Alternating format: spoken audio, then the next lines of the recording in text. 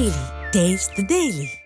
Jawahar Ali sir, மதிமுகவுக்கு நாங்கள் ராஜ்யசபா கொடுப்போன்னு பேசினாங்க, ஆனால் இப்போ அவங்க கொடுக்காம விட்டது எங்களுக்கு வருத்தம் தான் அப்படின்னு வெளிப்படையாகவே போட்டு உடைத்திருக்கிறாரு வைகோவினுடைய மகன் துரை வைகோ எம்பி. இது முதல் முறை நடந்த வருத்தத்தை சொல்கிறது கிடையாது. ஏன்னா இதுக்கு முன்னாடியே எம்பி எலெக்ஷன்லேயே அவருடைய வருத்தத்தை எல்லாம் நிறைய இடங்களில் பதிவு பண்ணார். அவருடைய அழுகையை கூட பார்த்துருக்குறோம். ஏன் தொடர்ந்து மதிமுகவை திமுக அழுத்தத்துக்கு உட்படுத்துகிறதா அப்படிங்கிற சந்தேகம் இருக்கு. அதாவது வருத்தம் என்கின்ற ஒரு வார்த்தையில அடைச்சு வச்சு இது போன்ற வாய்தா வாங்குறதுக்கு இந்த கூட்டணி கட்சிகளுக்கு வழக்கமா போயிடுச்சு.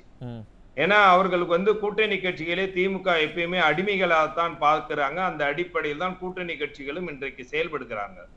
கூட்டணி கட்சிகளுக்கு தேவைகள் என்னமோ என்பது உரிமை சார்ந்து அந்த அவர்களுடைய எதிர்காலம் சார்ந்தெல்லாம் திமுக எப்பயுமே கணக்கில் வைக்கிறது இல்ல.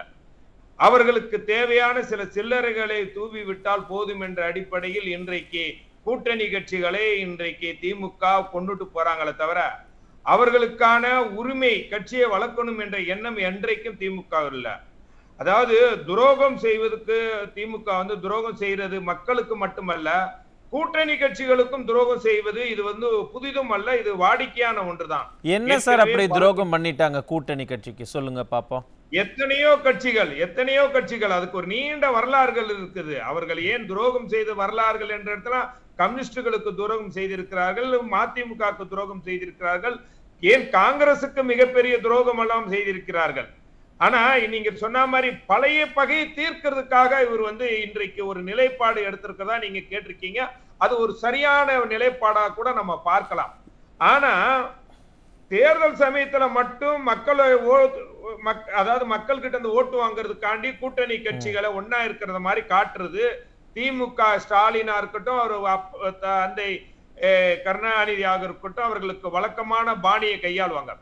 தேர்தலுக்கு பிறகு கூட்டணி கட்சிகளை எந்த நிலையிலும் கண்டுகிற மாட்டாங்க. அது ஒண்ணு. அதே நிலைதான் இன்றைக்கு மதிமுகவே உடைக்கிறதுக்காக இப்ப கொஞ்ச நாளைக்கு முன்னாடி ஒரு மிகப்பெரிய ஒரு பிரச்சனை ஏற்பட்டுச்சு. அது பின்புலத்துல யாரு இருந்தா என்பது எல்லோருக்குமே தெரியும். அது மல்லை சத்யா அவர்களை வைத்து அந்த மதிமுகவை உடைப்பதற்காக எவ்வளவோ பெரிய முயற்சிகள்லாம் எடுத்தாங்க. ஏன் இந்த நிலை எடுக்கிறாங்கன்னா மதிமுக வளர்ந்து விடக்கூடாது என்பதிலே ஆரம்பம் முதல்ல கண்ணும் கருத்துமா இருக்கிறாங்க. அதுவும் குறிப்பா ஸ்டாலினை பொறுத்த வரைக்கும் வைகோ அவர்கள் மதிமுக இருந்து விலகியதுக்கு காரணமே யாருன்னா ஸ்டாலின். ஏன்னா அவருக்கு குடும்ப சுய நலத்துக்காக தன்னுடைய பிள்ளையை கட்சியில் முன்னுரிமைப்படுத்துறார் என்ற ஒரு குற்றச்சாட்டை வைத்துதான் வைகோ கட்சியை விட்டு விலகினார்.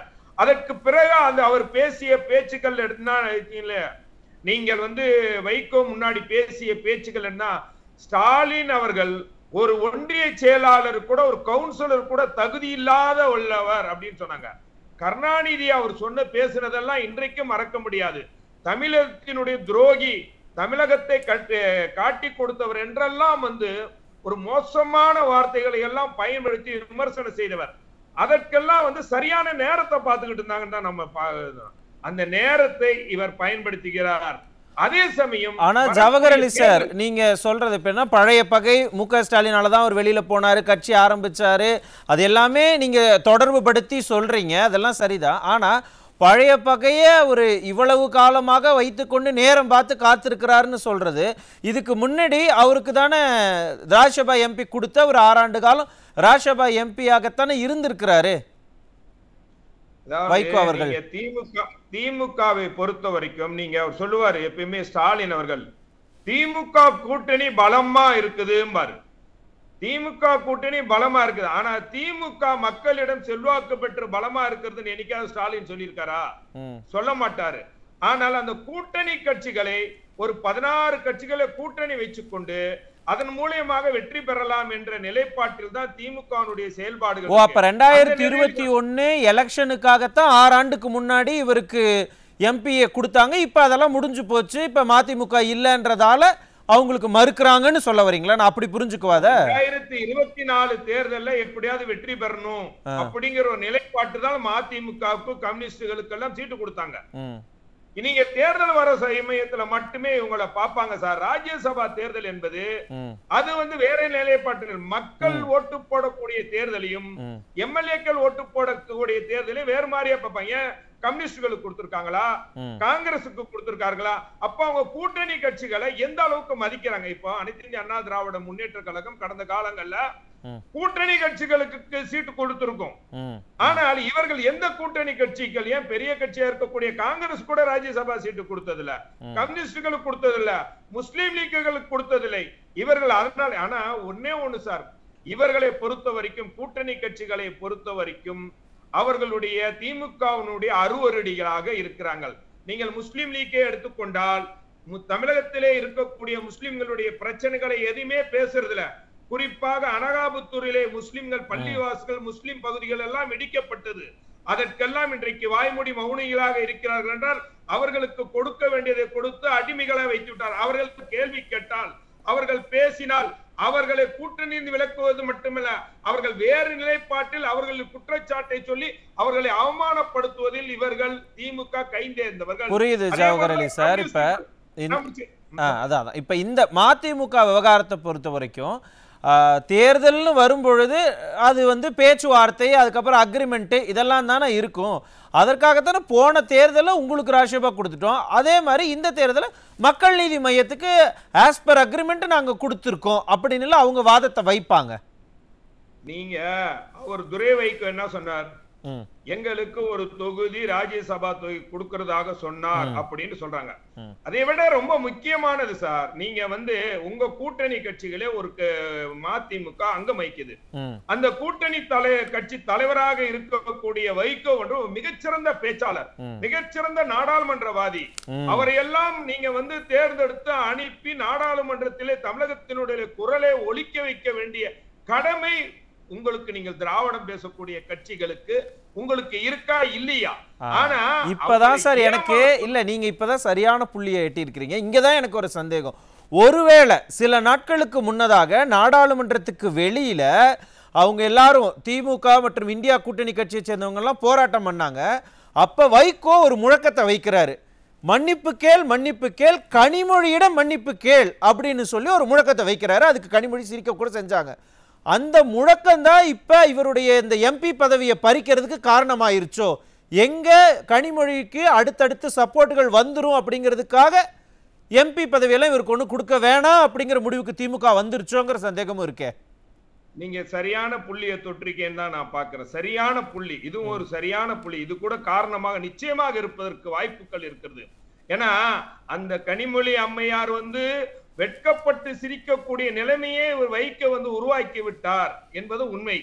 அவங்களே வந்து வெட்கப்படக்கூடிய அளவுக்கு, நாம இவ்வளவு பெரிய ஆளா என்று வெட்கப்படைய அளவுக்கு இவர் வந்து வைக்க ஐஸ் வைத்தார். ஆனால் இன்றைக்கு குடும்பத்திலே ஒரு மிகப்பெரிய பிரச்சனை ஓடிக்கொண்டிருக்கிறது.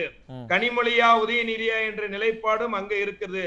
அந்த நிலையில்தான் இன்றைக்கு அவர் கனிமொழியை அவர் தூக்கி பிடித்தால் இன்றைக்கு மீண்டும் வந்து அந்த கனிமொழிக்கு ஆதரவான சூழ்நிலை ஏற்படும் என்று கனிமொழிக்கு வேண்டப்பட்டவர்கள் எல்லாத்தையும், நீங்கள் இன்னும் சொல்ல போனா, நீங்கள் மதுரையிலே ஒரு கூட்டம் நடந்தது.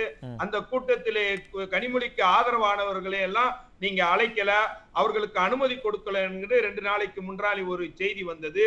இதெல்லாம் அப்போ வந்து நீங்க வந்து கூட்டணி கட்சிகள் மட்டுமல்ல, குடும்பத்திலே இருக்கிறவங்களை எப்படி ஒதுக்க வேண்டும், ஓரங்கட்ட வேண்டும், எல்லா கலைகளையும் எல்லா தந்திரத்தையும் தெரிந்தவர்.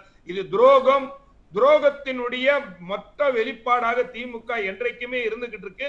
அந்த அடிப்படையில் தான் அவர்கள் கூட்டணி கட்சிகளுக்கு என்றைக்கும் அவர்கள் வந்து ஒரு மரியாதையும் கொடுக்கிறது இல்ல. ஆனால் அவர்கள் இவர்களுக்கு தேவையானவற்றை சில சில்லறைகளை தீவி விடுவதும் அதை பொறுக்கி கொண்டு சிலர் இல்ல ஜவஹர் அலி சார், இல்ல இல்ல இல்ல இல்ல கண்ணியமா பேசுங்க சார். இல்ல இல்ல இந்த மாதிரி வார்த்தைகள் எல்லாம் நான் அனுமதிக்க முடியாது சார். இல்ல நீங்க இல்ல இல்ல ஒரு அரசியல் கட்சியுடைய கழக செய்தி தொடர்பாளர், நீங்க கண்ணியமான வார்த்தைகளை நீங்க பயன்படுத்துங்க, நான் அனுமதிக்கிறேன். Please be genuine. ஏன் இதை சொல்றேன்னா, தமிழகத்தினுடைய உரிமைகளை பற்றி பேச வேண்டிய எதிர்க்கட்சிகள், கம்யூனிஸ்டுகள் இன்றைக்கு தொழிலாளர் பிரச்சனையை பேசுறது இல்ல, கொலைகளை பேசுறது இல்ல, இருக்கக்கூடிய தமிழகத்தினுடைய உரிமை சார்ந்த பிரச்சனைகளை எதுவுமே பேசுறது போது அந்த வேதனையினுடைய வெளிப்பாடு ஆதங்கமாகத்தான் இந்த கருத்தை சொல்றேன். இன்னொன்னு கருத்து சொல்லுங்க, ஆனா கண்ணியமா சொல்லுங்க, ரொம்ப சுருக்கமா முடிங்க. நான் அடுத்த அவர்கிட்ட போறேன். இன்னும் சொல்ல போனால் இன்றைக்கு இலங்கை தமிழர்கள் 1.5 லட்சம் பேர் கொல்லப்பட்டதற்கு காரணமே கருணாநிதியும் திமுகவும் ஸ்டாலின் என்று முழங்கியவர் வைகோ. அந்த வீடியோக்கள் இப்பொழுது எல்லா இடங்களையும் பரவிட்டு இருக்குது. எப்படி கமல் அவர்கள் எப்படி ஒரு டிவியை உடைத்து ஒரு வேஷத்தை போட்டு அன்றைக்கு பேசினாரோ அதே நிலையில் பேச்சுக்கள் எல்லாம் போகும்போது இவர் நிச்சயமாக நமக்கு எதிராக என்றைக்கும் வருவார். வைக்கவும் வருவார். அடுத்த தேர்தலில் அவருடைய மகன் துரை வைக்கவும் வருவார். அந்த பயம் இருக்கு திமுக கிட்டங்கறீங்க. பயம் பெரிய அளவுல புரியுது. அந்த பயத்தை எப்படி திமுக எதிர்கொள்ள போகுதுன்னு நம்ம தொடர்ந்து பேசலாம். நான் திரும்ப வரேன். ஜவஹர் அலி சார், தொடர்ந்து இதே மாதிரியே கூட்டணி கட்சிகளை அழுத்துறது, கூட்டணி கட்சிகளை வந்து தன்னுடைய கைக்குள்ள வச்சுக்கிறது, கைப்பாவையா வச்சுக்கிறது, இதே மாதிரியே திமுக செஞ்சுட்டு இருந்தாங்கன்னா திமுகவுக்கு அது என்ன மாதிரியான பின் விளைவுகளை கொடுக்கும்? மற்ற கூட பயணிக்கிற கூட்டணி கட்சிகளுக்கு என்னென்ன பாதிப்புகள் வரும்? இல்ல, இந்த கூட்டணி கட்சிகளுக்கு திமுகவுக்கு எந்த அளவுக்கு பாதிப்பு இருக்கு இல்லங்கிறது ஒருபுறம் இருக்கட்டும். ஏன்னா கூட்டணி கட்சிகளை வச்சுதான் இந்த திமுகவே இன்றைக்கு ஆட்சி கட்டில இருக்கிறாங்க. இன்றைக்கு அதை வச்சுதான் காய நகர்த்திட்டு போய்கிட்டு இருக்கிறாங்க.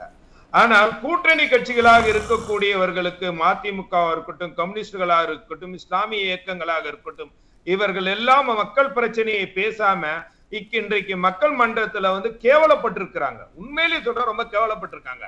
எப்படி திமுகவுக்கு வீராப்பு பேசுறது, வீண் ஜம்மா அடிக்கிறது, அப்படி காலில் விழுவுறது என்பது போல எங்கேயாவது ஒரு இடத்துல கூட்டணி கட்சிகள் எங்கேயாவது ஒரு இடத்துல வீராப்பு பேசுவாங்க, வீண் ஜம்மா அடிச்சுட்டு அப்படியே போய் திமுக காலில் விழுந்துறது. இதுதான் நிலைமை இருந்தது. தேம்பி தேம்பி அழுதாரு வைகோ. கடைசி வைகோனுடைய மகன் துரை வைகோ. ஆனால் அதற்கு பிறகு அவருடைய நிலைப்பாடு, அவருடைய பேச்சு இது வரைக்கும் மக்கள் பிரச்சனைகளை பற்றி பாராளுமன்றத்தில் பேசியிருக்காரா? நண்பர் கூட ஒரு நல்ல விஷயத்தை பாய்ச்சாரு. நீங்க வந்து 17 தொகுதியில் இருக்கக்கூடிய காங்கிரசுக்கோ கம்யூனிஸ்டுகளுக்கோ எம்எல்ஏக்கள் இருக்கக்கூடிய மற்ற இயக்கங்களுக்கோ நீங்க கொடுக்காம கமலுக்கு மட்டும் ஏன் கொடுக்குறீங்கடா? வரக்கூடிய 2026ல இதோட கமல் கட்சியை ஒழிச்சிடணுங்கிற ஒரு எண்ணம். எப்படின்னா, எம்பி சீட்டு கொடுத்துட்டா நீங்க எம்எல்ஏ சீட்டு அவங்களுக்கு கொடுக்க தேவையில்லை. அவருக்கு மட்டும் எம்பி ஆக்கி விட்டுட்டு கட்சியில இருக்கிறவனெல்லாம் அனாதிகளா அந்தரத்துல விட்டுறணும். மக்கள் நீதி மையத்துக்கு அவங்க சீட்டு கொடுத்தா கூட நிக்கிறதுக்கு யாரும் இல்லைன்னு கிண்டல் பண்றாங்க சார் அவங்க. அது நம்ம அப்ப பாப்போம் என்ன நடக்குதுன்னு. நிக்கிறதுக்கு ஆள் இருக்கு இல்லங்கிறதுக்கு அந்த கட்சியில அடுத்த கட்டமாக இருக்கக்கூடிய சிலருக்கு இனிமே தான் அவர்களுக்கு வந்து அரசியல் வாழ்வே இல்லங்கிற நிலைமைக்கு அவரை போட்டு அமைக்கிட்டாங்க. எப்படி மற்ற கட்சிகளுக்கு வேற ஒரு வகையில வந்து அவர்களை வந்து சரி கட்டுறாங்களோ அதே போன்று இவருக்கும் அதே மாதிரிதான் எம்பி சீட்டை கொடுத்து சரி கட்டிடுறாங்க. இரண்டாவது, இவர் நண்பர் சொல்லும்போது கூட இப்ப நான் என்ன சொல்றேன்னா, கூட்டணியில இருக்கிறதா இருக்கட்டும், கூட்டணியில இருந்த வெளியேறதா இருக்கட்டும், நான் கனகராஜ் சொல்றேன், அது வந்து அரசியல். ஆனால் எதிரணியில் இருந்தா கூட மரியாதை கொடுக்கக்கூடிய கூட்டணி கட்சிகளுக்கு மரியாதை கொடுக்கக்கூடிய கட்சி புரட்சி தலைவி அம்மாவா இருக்கட்டும், அதன் பிறகு அண்ணன் எடப்பாடியார்கள். அந்த நிலைப்பாட்டில் தான் இன்றைக்கு எல்லா கட்சிகளுக்கும் அந்த மரியாதையும் அதையும் பேணி காட்டுறாங்க. ஆனா அவர் என்ன சொல்றாரு, கூட்டணி கட்சிகளுக்குள்ள எந்த பிரச்சனையும் இல்லைங்கிறாரு. நான் கேட்கிற, கூட்டணி கட்சிக்குள்ள பிரச்சனை இல்ல, மக்கள் பிரச்சனை இருக்கா இல்லையா? அந்த மக்கள் பிரச்சனையை நீங்க இது வரைக்கும் பேசியிருக்கீங்களா இல்லையா? அப்ப எப்படி கூட்டணிகள், நீங்க மக்கள் பிரச்சனையை பேசினீங்கன்னா கூட்டணிக்குள் மிகப்பெரிய பிரச்சனைகள் வரும். காரணம், நீங்கள் அடிமைகளாக இருக்கிறீங்க. இது உண்மை. நீங்க மனு தவறா எடுத்துக்கிட்டா கூட சரி, இன்றைக்கு அவர்கள் அடிமைகளாக இருக்காங்க. கண்ணியமா நீங்க பேசுங்க, ரொம்ப சுருக்கமா. அதாவது கூட்டணி கட்சியினுடைய பலத்தை வைத்துக் கொண்டு வரக்கூடிய தேர்தலில் வெற்றி பெறலாம் என்று கங்கணத்தை கட்டிக்கொண்டு ஸ்டாலின் இருக்கிறார். நிச்சயமாக இந்த தேர்தல் கூட்டணி கட்சி பலமோ எதுவுமே எதிரொலிக்காது. மக்களுடைய பிரச்சனை இன்றைக்கு எதிரொலிக்க போகுதுங்கிறத நம்ம பொறுத்திருந்து பார்க்கலாம். இதே உங்க இறுதி கருத்தை நான் எடுத்துக்கிறேன். ஆனால் என்றைக்கும் ஒரே ஒரு விஷயம் மட்டும் சொல்றார், என்றைக்கும் திராவிட முன்னேற்ற கழகம் கூட்டணி கட்சிகளை மதித்ததும் இல்லை. அவர்கள் மிதிச்சுதான் அவர்களை அழிச்சிருக்காங்களே ஒழிய அவர்களை எந்த வகையிலும் அவர்கள் பார்க்கலாம் அவங்க தப்பிப்பாங்களாங்கிறதையும் நம்ம பொறுத்திருந்து பார்க்கலாம். நன்றி. என்றைக்கும் இருந்ததில்லை. நன்றி.